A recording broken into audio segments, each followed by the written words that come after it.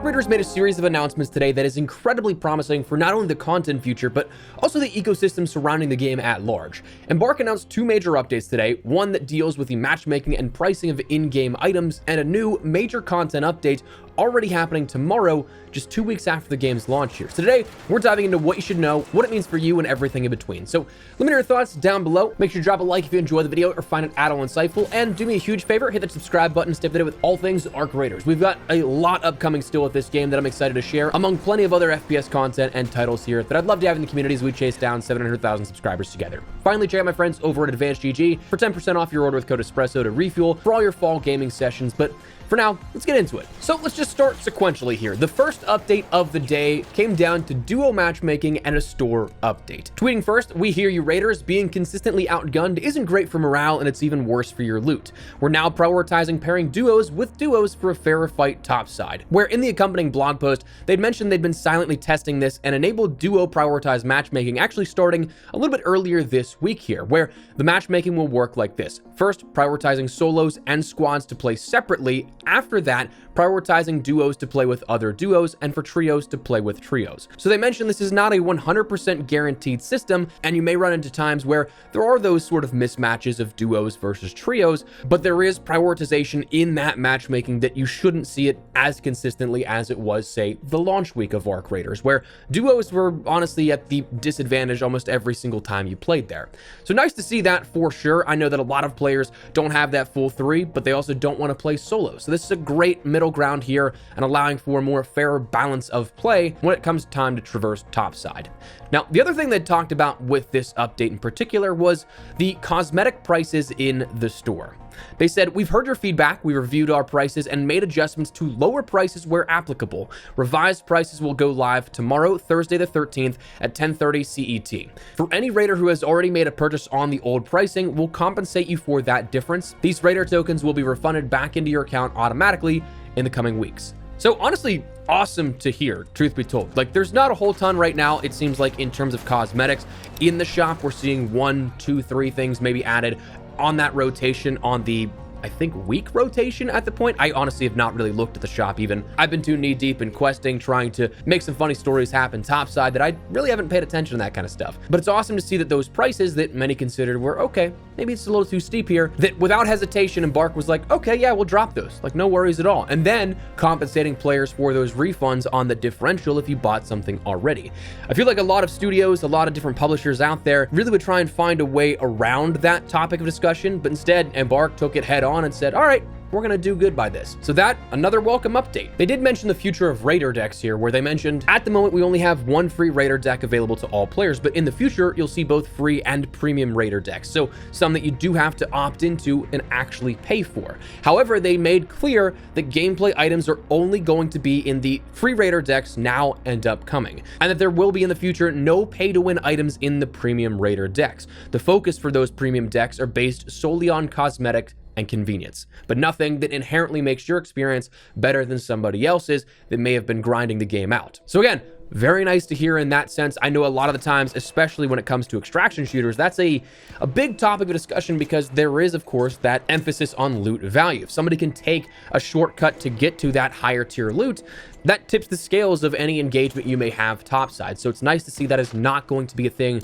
that they're focused on here with that. But okay, that's some cool things they announced initially, but not even a couple of hours later, they ended up announcing their newest content update starting tomorrow. Beneath Speranza sprawls a maze of old tunnels sealed up tight long ago. Someone went through a lot of trouble to keep them that way, but with enough ingenuity and elbow grease, nothing stays buried forever. They said, join us for the Community Unlock event Breaking New Ground starting tomorrow, with an accompanying blog post that details a little bit about what is to come. So firstly, what is this Community Unlock event Breaking New Ground? Well, tomorrow, November 13th, just after midnight in the States, 1:30 a.m. Pacific, 4:30 a.m. Eastern, 9:30 a.m. over in the UK and in that time zone, and 10:30 a.m. CET, this event begins. In the event, players are asked to contribute resources to the Tunnel Project, where in Speranza nothing comes for free, and the Tunnel Project is no different than that. So you're going to be contributing basic materials that must be collected and donated to the restoration of the tunnels. That in order to reach the 5th map, Stella Montis. So Stella Montis, that new map that we've seen teased there on the map selection menu since launch, and even in the server slam a couple of weeks before that, is something we'll finally have access to. Nobody has seen this just yet outside of a few different little teasers that have been up on the Nexon website, that have been in the now trailer that was released, but nobody's actually played this. Nobody has any idea what is going to be coming here with this. Those things you have to end up contributing are metal parts, fabric, chemicals, rubber parts, and plastic parts. So if you've been paying attention or you've played enough, you know those are things you get literally for free after every single raid. So if you have a surplus of those, myself, I end up, because I'm so short on stash, I keep literally just like deleting anytime I get anything past 2 stacks of each of those items. So you probably have a lot of spare materials you're not necessarily needing. You can contribute to your portion to helping to restore these tunnels.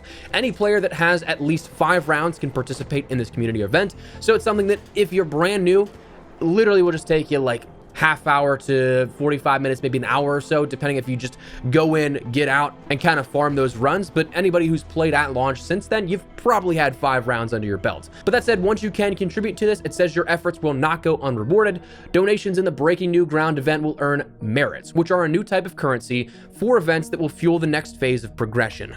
While there is right now a cap on how many merits you can earn for material donation, additional contributions will aid Speranza in reaching Stella Montis more quickly. Now, once completed, the restoration of the tunnels and unlocking of Stella Montis will trigger phase 2, called Staking Our Claim, that comes along with a new progression track. So right now, before we get into the talk of Stella Montis and the other things that lay on the other side of that tunnel, it does very much so seem like this is not going to be an immediate unlock. So like if you're trying to jump on at 1:30 a.m. Pacific, 4:30 a.m. Eastern, 9:30 a.m. over in the UK, whenever this update goes live, it does not appear like you'll be able to jump right into Stella Montis. Now, what that total unlock criteria is to end up restoring the tunnels across the entire community, we have absolutely no idea. It seems like it is uncapped in regards to how much you can actually contribute to it, to a degree. Like, it seems like you are going to have a cap for how much you're rewarded for contributing, but you can go past that and keep contributing if you so choose to do so. But again, that overall sort of threshold for what we have to meet is still relatively unknown, so it could be something that unlocks an hour after the update, it could be something that unlocks a day after the update. We just don't know just yet. But let's talk about the other side of the tunnel here. You will end up having that map of Stella Montis. You have new arc enemies, gameplay items, and more. They said raiders who investigate Stella Montis will recover rare resources, new gameplay items, maybe even schematics for long-lost technology.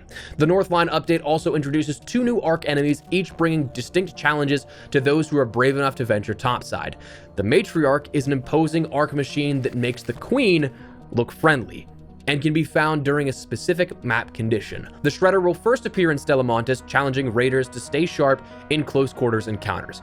Now, first appearing kind of makes it sound like this is going to make its way over into the other existing maps of Dam, Spaceport, Buried City, and Blue Gate, but in the future. New weapon and gameplay items include a new legendary weapon, 3 new mines, and 2 new grenades. Again, potentially with schematics for all of those to end up having the recipes, you can craft them for yourself. But alongside that, we'll also see a new progression track for that phase 2 once everything's unlocked, called Staking Our Claim.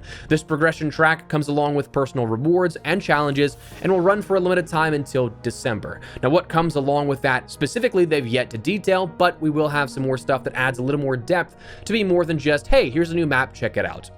Beyond that, the final thing they've wrapped up was that the Northline is just the beginning of the Arc Raiders post-launch roadmap.